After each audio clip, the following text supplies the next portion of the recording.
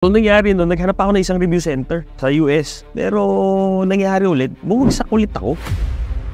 All the while, akala ko okay na ako. Dating ko ng US, ayan na, naharang ako. Habang naglalakad ako palabas, iyak ako nung iyak. Kasi nga syempre, shattered dreams eh. So doon ko na na-realize, kung ganito na rin lang, hindi ko gusto yung trabaho ginagawa ko. Wala akong magtrabaho. Bago ang tagumpay, may kwentong di mo alam. Pera at buhay, ito ang tunay na usapan. Chinky Tan, with over 6 million Facebook followers, 2.8 million YouTube subscribers, and 2.4 million TikTok fans, is now all out to share with you the most practical, simplest path to lasting wealth. Mga kaipkonaryo, meron tayong bisita ngayon na may kwento na parang apoy sa puso. It's a killer combination of passion, sacrifice, and community. Dati siyang nurse na nag-train abroad, bumalik po dito sa Pilipinas at nagsimula ng kanyang sariling restaurant na Amare La Cocina. Nagsimula sa isang brick oven sa likod lang ng bahay, sa bahay ng lola niya sa Baguio. Ngayon nasa Tagaytay, Highlands at kinikilala ng best wood-fired pizza joint. Let us welcome dating OFW. Pero ngayon ay successful na, Mr. Edmark Bustos. Hi Edmark. Hi Chinky. Thank you very much for granting us the opportunity. It's an honor. It's an honor na maging part ng talk show mo and Kaipkonario. Yeah, just tell me, di ba, syempre, when you went abroad to become a nurse, definitely it's a greener pasture, right? Malaki na ba yung kinikita mo during that time? Well, actually, Chinky, sa totoo lang, hindi siya nag-pursue. Ha? Hindi ko siya nakuha. Pagka-graduate ko ng nursing noon, talagang yun yung outlook ko. Gusto ko nang maging nurse. So, pagka-graduate ko ng 2008, yung time na yun, meron akong tourist visa. So, tinry ko na kagad pumunta doon. Pero nung time na yun, 2008, yan yung parang overproduction ng nursing noon eh. Yung supply, yung supply. So, nangyari, first, bumagsak ako. So, nangyari nun, naghanap ako ng isang review center sa US. Pero, nangyari ulit, bumagsak ulit ako. Bagsak ulit ako. After nun, wala akong Pilipinas. Kasi 6 months lang ako eh. So, I'm sure na-discourage ka doon. Na-discourage ako. So, syempre, pagka uwi ko dito, hanap ulit ako review center, kinulong ko yung sarili ko ng 2 to 3 months. So, nag-review ako sa Baguio, nag-take ako ng exam sa Makati. Luckily, pumasa na ako. So, all the while, akala ko okay na ako. Pagkakuha ko yung papeles, nag-ready na ulit ako, despedida sa mga kaibigan, punta akong US. Dating ko ng US, ayan na, naharang ako. Bakit? Na-detain ako. Nagtataka ako eh, bakit punta ako sa isang room? Tinatanong na nila, bakit ako papasok ng ano. So, pinipilit nila na nagtrabaho ako beforehand. So, sabi ko, hindi ako nag-work. Kasi alam ko, hindi ako magtatrabaho na wala akong visa. Kasi usapan namin yun ng tatay ko tsaka auntie ko. 2 hours yun. Pati yung mga bagahe ko, binuklat, lahat nilabas. Ano yung feeling nun? Feeling ko, uuwi na ako ng Pilipinas. Kasi syempre, wala ka sa soil mo eh. Wala ka sa Pilipinas eh. Hindi ko alam kung makukulong ako or ano. Tinanong niya ako. Sabi niya, what if I will give you a job now? Sabi nung immigration officer. Sabi ko, it depends on what visa will you give me. Sabi niya sa akin, that's the only question that you've answered correct. Paglabas ko, kapal, parang papers eh. Naka-print na coupon band, tapos nandun yung picture ko sa harapan. Binigyan lang niya ako ng 1 month to stay. Okay. Habang naglalakad ako palabas, iyak ako nung iyak. Kasi nga, syempre, shattered dreams eh. Sabi niya, you know what? Kasi Mexicano yung immigration officer, sabi niya, my wife is a Filipina too. But sabi niya, I don't wanna ruin your future just because of this. So, just be patient. So, nung nandun ako sa US, wala. 1 buwan akong tulala, umiiyak. Kasi para akong na-trauma eh. Oo nga, grabe. O, traumatized ako. So, nangyari, uwi mo na akong Pilipinas. Ayoko lumabas ng bahay. O kasi feeling failure. Feeling ko, failure ako. Yung best friend ko, ito na, yung best friend ko, alam niya kasing madiskarte ako eh. Magaling ako magbenta kahit na ano. Alam niya rin mahilig akong magluto. So, inoferan ako nung barkada ko, si Russell. Sabi niya, paano kung magbukas tayo ng burger stand sa school namin? So, nagbukas kami. Binibili lang namin yung patty, bibili namin yung sausage, bibili namin yung bun. So, bebenta kami. Ako yung nagluluto. Ako, tapos may isa lang ako assist. Sa Baguio to? Sa Baguio to. 1 year to eh. 1 year namin siyang ginawa. Pero, sabi ko, imaginein mo yun, sa isang taon, pare-parehas yung customer namin. Kasi 300 students, pero pare-parehas lang yung binibenta mo eh. Doon na lumabas yung pagka-creative ko. Sabi ko, pwedeng double patty, triple patty, plus hotdog, plus itlog. plus bacon. Kumikita kami noon mga siguro 7,000 pesos a day. Benta o kita? Benta yon. Ang neto namin is Mga 2 to 3,000 lang yun. mga divided by 2 kasi wala kaming renta eh. Oo nga. Wala kaming renta. So mga 3,500. Ati pa kayo. Hati pa kami nun. So, na-realize ko, hindi to sustainable para sa akin. Ginawa ko, pumasok ulit ako ng nursing. So, nag-nursing ako, para kang volunteer. Magbabayad ka pa, tapos magtatrabaho ka. So, nag-nursing ka ulit, nung nag-aaral ka, anong ginawa mo naman doon? Nasa ER ako, 3 months yun eh. Enjoy naman ako, kasi bakbakan eh. Pero meron yung isang instance na nangyari na inaiwan ko. Sa kami, public hospital, dami niyan. Dami ko in-insertan ng IV. So yung kliyente ko, alala ko siya yellowish, may liver cirrhosis siya. Tuwing in-insertan ko siya ng IV, gumagalaw yung ugat. So nung pang-apat na, yung barkada kong isa, biglang kinalabit yung puwet ko. Napagano'n ako. Oh no. Lumipad yung needle, tumusok dito sa hita ko. Pero syempre, liver cirrhosis yung kliyente. Ito baka may tama sa may HEPA yan or anything. So, nagpa-test ako, ilang araw kung hindi nakatulog. After nung lumabas yung test, sabi naman na you're lucky, meron kang HEPA booster nung college and everything, so you're safe. So, doon ko na-realize, kung ganito na rin lang, hindi ko gusto yung trabaho ang ginagawa ko. Very health hazard ba ako dito? Huwag na ako magtrabaho as a nurse dito sa Pilipinas. So, kinausap ko yung tatay ko. Sabi ko pa, papayag na lang akong mag-nurse ako kung sa abroad. Pagka dito, parang sobrang hirap. Sabi niya, sige, di planuhin mo. Ito nangyari, nagtrabaho muna ako sa real estate agency. Trabaho ako ng mga 2 to 3 months. Swerte naman, Chinks. Nakabenta ako mga 4 na property. Wow, that's good. 4. So sting ko doon ko na nakikita na may gift pala akong magbenta. Okay ha. May gift ako magbenta, may gift ako makipagkwentuhan. Pero na-realize ko, sabi nung boss ko doon sa real estate, kapag sa real estate ka, pwedeng may benta ka ngayon na marami, pwedeng years din na wala. Ginawa ko, na-meet ko na yung ex-girlfriend ko, yung wife ko na ngayon. So nag-uusap na rin kami. So sabi niya, paano kaya kung magtrabaho ka na lang ulit or mag-aral ka ng culinary? Sabi niya, kausapin mo yung tatay mo, baka mapambigyan ka naman. Nangyari, kinausap ko yung tatay ko. Siyempre, galing naman kami sa Hindi naman kami well off talaga noon eh. Talagang swinerte na lang nung pagdating ko na ng college eh. Graduate ka na noon di ba? Nursing graduate ako noon. Pero sa totoo lang, gusto ko talaga noon, culinary. Noon pa. Pero sabi nung tatay ko, mahal mag-culinary. Kutsilyo pa lang, magkakano na eh. So, nangyari noon, papayag yung tatay ko mag-culinary ako. Pero, yung isang best friend, Minika, sabi niya sa akin, huwag ka na mag-culinary. Kasi pagka nag-culinary ka, magta-training ka, long process ulit yan. Sabi niya, paano kung magtrabaho ka na lang sa akin sa El Nido? Saan yun? Sa El Nido, Palawan. Ano rin siya, pizzeria din siya eh. Yeah. Restaurant siya. Oo. Para mas mabilis. Tama. Oo. OJT ka na agad. OJT ako kagad. So nangyari, punta ako doon. Hiram akong 20,000 pesos sa tatay ko. Punta akong El Nido. So, gising ako maagang-maaga, 5 a.m. 4:30. Naral ko. Pero nangyari, 2 weeks eh. 2 weeks. So, nag-waiter ako, nag-assist ako. 2 weeks pa lang nagkasakit ako. Inis ko, 1 week. Hindi pa rin ako makabangon. Ano pala? So, yung pala, parang na-dengue na ako. Oo. Walang decent hospital sa Palawan. So, nangyari, pinasundo ko ng tatay ko. Doon ulit ako sa Antipolo. So, ginagawa ko everyday, nagluluto na lang ako ng pizza sa oven. Lutong pizza, luto-luto. Tapos na-addict na ako kay Jamie Oliver. Yan yung counterpart ni, Gordon Ramsay. Siya si The Naked Chef. Okay. So, gustong-gusto ko yung kwento niya kasi talagang sa kitchen siya natuto eh. Siya rin yung zero waste to, paano ma-zero waste yung mga gulay, nagagamitin niya, nalulutuin mo ulit. So, sabi ni Nika, mag-start na lang kaya tayo sa Baguio ng maliit. Patayo lang tayo ng maliit na oven. Tapos, doon ka na magsimula kasi useless. Dito ka, wala rin lang mangyayari. So, tawag ako sa tatay ko. So, sabi ko, may kausap na ako na isang kaibigan na may property, na pwede tayo doon magrenta, ganyan-ganyan. Siyempre yung tatay ko kasi, empleyado sila eh. Hindi sila naniniwala sa negosyo. Alam nilang hindi nila forte yun. Oo. So, para sa kanila, very risky. Tama. Siguro, naawa na rin siya sa akin. Naawa siya sa akin. Sabi niya, sige, ganito na lang.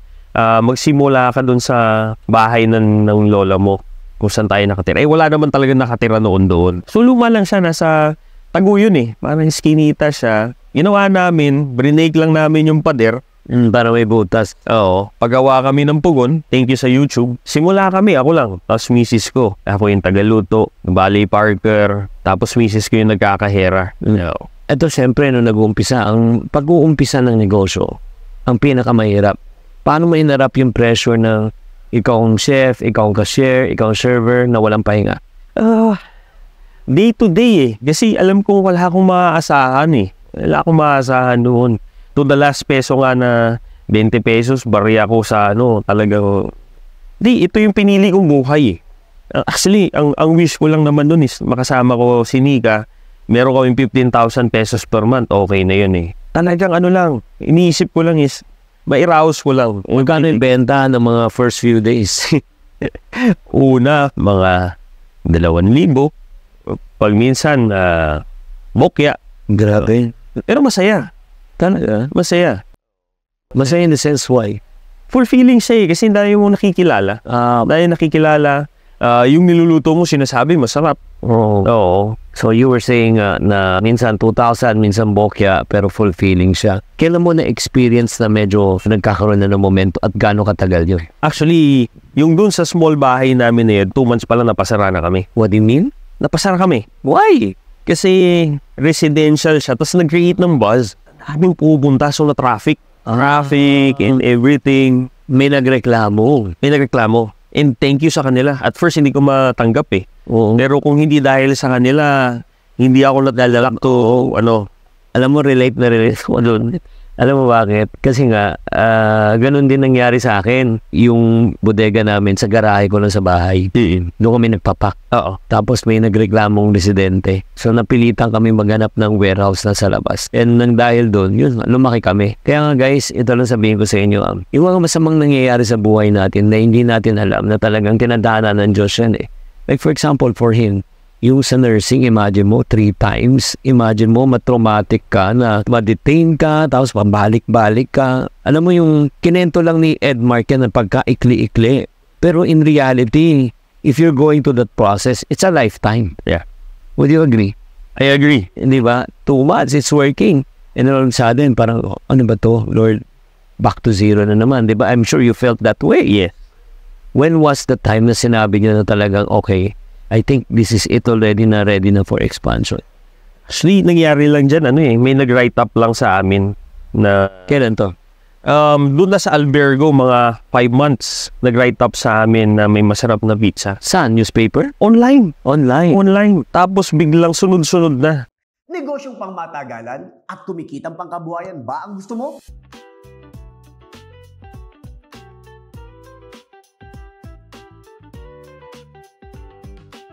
Mag-franchise na sa Rigasco. So, nagulat na lang kami the next day.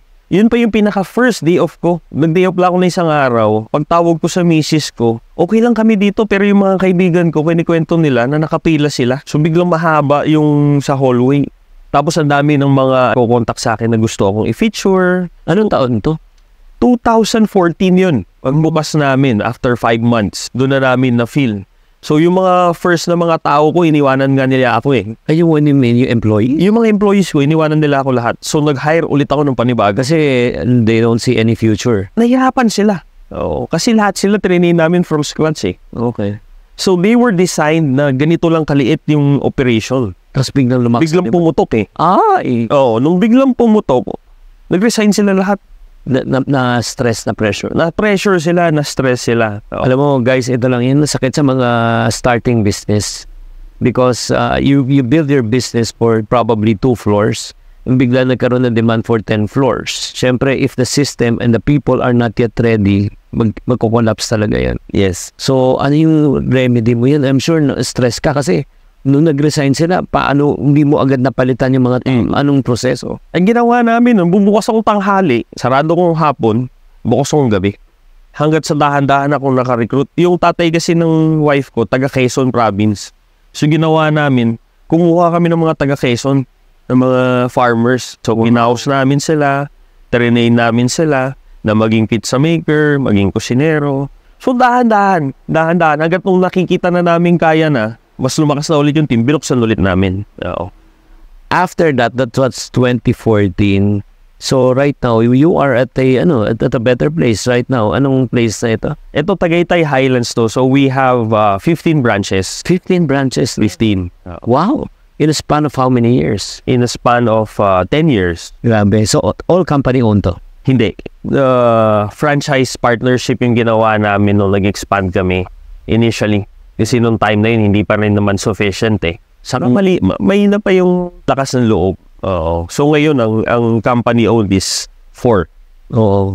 Siyempre, yun yung isang problema. Kung may nakikinig at nanonood ngayon, they have a proof of concept already. Paano malalaman na ready for franchise ng isang business na nag-succeed? Kung ako tatanungin nag-start kasi ako na magpa-franchise, 3 years na ako eh. Nasa isang branch lang yun. After a year, doon ako nagkaroon ng pangalawa. So, paano mo malalaman? I would say, syempre, number of years. Tapos kung titingnan natin yung kompleto ba yung support, yung manuals. Kasi dami mga nagpapa-franchise, hindi ready eh. Tama. Oo. So, nung nagsisimula din ako, naawa lang sa akin yung franchising agency eh. Sabi niya, I like you. You're very... Makulit kasi ako eh. Sobrang kulit ko eh. Alam mo, binigyan niya sa akin, Shinky, 1 year to pay. Wow. 1 year to pay. Because gustong-gusto lang daw niya. Ano pangalan ng tao yun? Namatay na siya eh, pero RK Franchising ito sa akin. Kilalang kilala yun. Alam mo kasi isang challenge yan na maraming hindi nakakapag-franchise din, mga kapatid. It's because of the high cost of hundreds of thousands, even millions eh. Yes. Sa startup. Wala kang ganun eh. Kaya buti na lang nagpa-staggered payment siya. Oo, tapos mura pa niya talaga binigay sa akin noon. Nung nag-franchise ka, nakatulong na yun sa inyo? Nakatulong na sa akin noon, pero nung binili ko siya, hindi pa ako ready eh. 2017 na ako nagpa-franchise ng isa. Tapos the next year, isa lang ulit. Tapos the next year, isa lang ulit. So looking back right now, di ba? When you were starting, you had nothing. Compared to right now, paano na bago ang entrepreneurship at pagnenegosyo ang buhay mo? Malaking pagbabago, Chinky. Kasi at first, sabi ko, number 1, yung wish ko talaga noon is maparetire ko yung parents ko, mag-give back ako. Yun yung pinaka number 1 goal ko. And nangyari naman siya kaagad. When you say kaagad, how long? 2016, nag-retire na sila eh. Tumulong na sila sa akin. So, kailan ka nag-umpisa? 2013. So, in 3 years? 3 years. Not bad. Oo. So, syempre naman, di ba? Remember when you started, sinabi, papa mo hindi siya confident kasi nga employment route sila eh. So, kailan nila sinabi, oy, mukhang may nangyayari na sa pagnenegosyo ng anak ko. Every weekend kasi umuwi siya dun eh. Sa Clark siya nagtatrabaho. Okay. Oo. Tapos nung time na yon 2015, stress na siya. Kasi dun sa work niya, sabi niya parang graduate naman na lahat. 3 kasi ngayon magkakapatid eh. Sabi ko, okay naman na. Sabi ko kasi nasasagot ko naman na yung sa tirahan, nasasagot ko na yung mga insurance sa sasakyan, and everything, nasasagot ko na. So you were saying na nababayaran mo na yung lahat? So, nababayaran ko na lahat. Tapos, sabi ko, ang dami ko na nababasang libro about expansion. May nabili na akong franchising. Sabi ko, baka pwedeng dito ko na lang. Pero, hindi ko kayang sweldoan kung ano yung sweldo mo. Alam kong malaki. Pero, tulong ka lang. Pumayag naman. Pati yung nanay ko na nasa US, kasi binabantayin niya yung kapatid ko noon. Sabi ko, looking back, sabi ko, I'm very thankful. Pati ngayon yung mga kapatid ko na 2 na nasa US. Bakit? Nandito na rin sila sa Pilipinas. So, they're also part of the business. Part of the business na sila ngayon. Galing. Oo. So, ang ganda, no? Grabe, nakaka-inspire story na imagine mo, ang business brought the family together and then, nakakatulong. And I'm sure naman your mom naman nag-enjoy din siya kasi she meets people, right? Yes, sobrang nag-enjoy sila. Sabi nga niya, doon daw bumalik ulit yung sigla ng buhay niya. Yung purpose eh. Yung purpose niya. Kasi dati sabi niya, imaginein mo, nandun lang ako sa US, ang kausap ko, internet lang, tapos kapatid mo. Ngayon ang dami. Very proud siya na lumalaki yung family ng Amare. Dumadami yung mga anak niya. Kasi mga empleyado, lahat, anak niya eh. Oo. Tapos, ang dami naming natatouch na buhay. Oo. Can you please tell us one story na empleyado mo na talagang their lives were changed because of this? Yung isang example is yung farmer na taga Quezon. Marami sila eh. So, lahat sila nag-training sa amin, nakatira sa amin noon. Yung isa, matagal na rin siya sa akin noon, mga 6 years. Napangasawa niya yung nag-OJT sa akin na hinire ko rin. Ngayon, nasa Canada na sila. Parehas na silang chef sa Canada. Wow! Nakakatuwa. Grabe, no? Kasi may nagkaroon sila ng experience dito and they use their experience, di ba? Kaya guys, I just want to encourage and challenge you also. When you work for someone, that's not the end. I hope that you don't see that as an end. It's a means. It's a means to fulfill your dream. And I also always tell people, sinabi ko, everyone who works for me. Sabi ko, kung ang end goal mo, magtrabaho ka lang sa akin, I don't think yabang ka. Totoo. Di ba? Totoo yun. Di ba? Ang dapat ang end goal mo is for you to learn, gain experience, exposure, and use this experience in order for you to build your own dreams. Yes. Grabe talaga. Alam mo, it's really so encouraging. Edmark, pero tell me naman, kasi ang daming mga, syempre, mga Pinoy, they want really to start, especially OFW, diba? They want to start a business, but they're so scared to get started. Ano yung pwede mong mabigyan na sila ng mga pointers? The pointers for me is talagang start small. So parang sa akin, nagsimula lang kami na ako lang, misis ko, tapos isang tagahugas. Darating na lang yun nalalaki ka.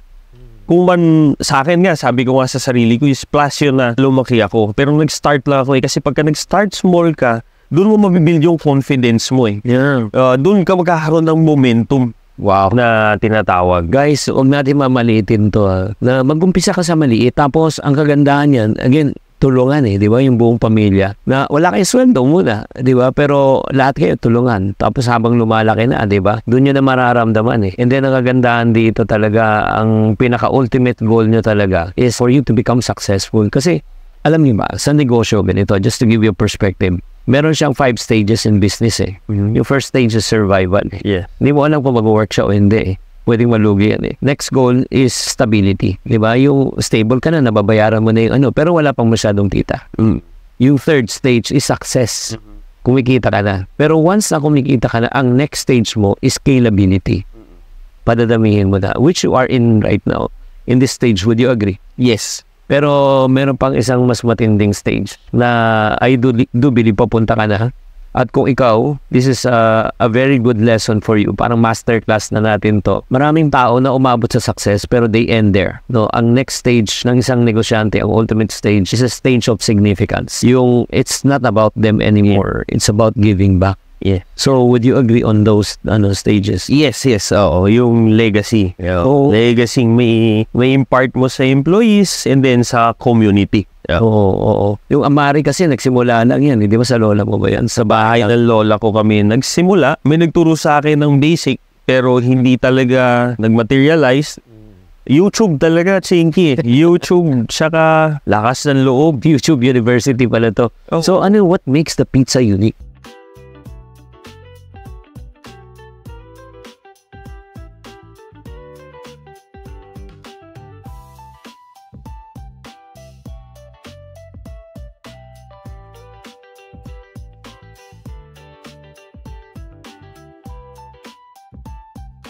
Well, technically, what makes Amari Pizza unique is luto siya sa pugon. At the same time, sumikat kami kasi, Chinky, dito na make your own pizza. So kung anong order mo, ikaw yung gagawa.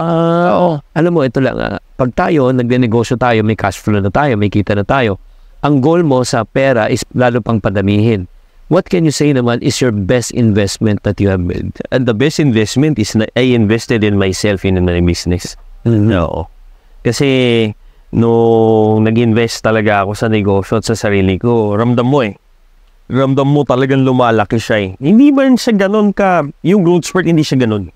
Pero yung mapapansin mo na magaling mong pagulungin, mas makikita mo lumalaki. Pati yung mga makina, pati yung sarili mo, doon sa mga seminars na pinuntahan mo, talagang ramdam kong gumaling ako. So, ang ibig mo sabihin ng investment sa sarili, kasi may mga ba hindi na naintindihan nag-aral ka, nagbayad ka ulit para matuto. Yes. Oo. Nag-aral ako, nagsiseminar ako. Kasi syempre ngayon, kinukuha na rin nila akong mag-top hindi naman ako kagaling magsalita. May yung sa kanalakihan ko, hindi ako speaker. So, yan, talaga nag-invest ako. And which is, ang ganda naman, maganda ang balik, pati mga connections.